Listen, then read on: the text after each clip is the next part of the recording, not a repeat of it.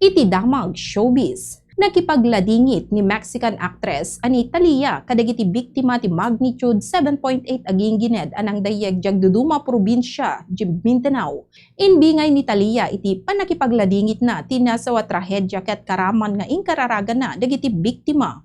Kaputi na pigsa nga epekto ti gingined ket naidalan ti General Santos City to state of calamity tapnon maarama ti Local Disaster Risk Reduction and Management Fund ti syudad iti panangbangon damanen ti Didigra.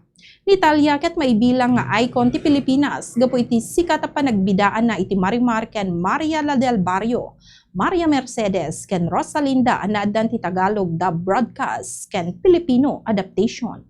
Daytoy ti damag showbiz para iti Bombo News and Views. Daytoy ni Bombo Jonah Rizabal Alcartado and this is Bombo Radio Philippines, the #1 and most trusted source of news and information. Basta Radio, Bombo!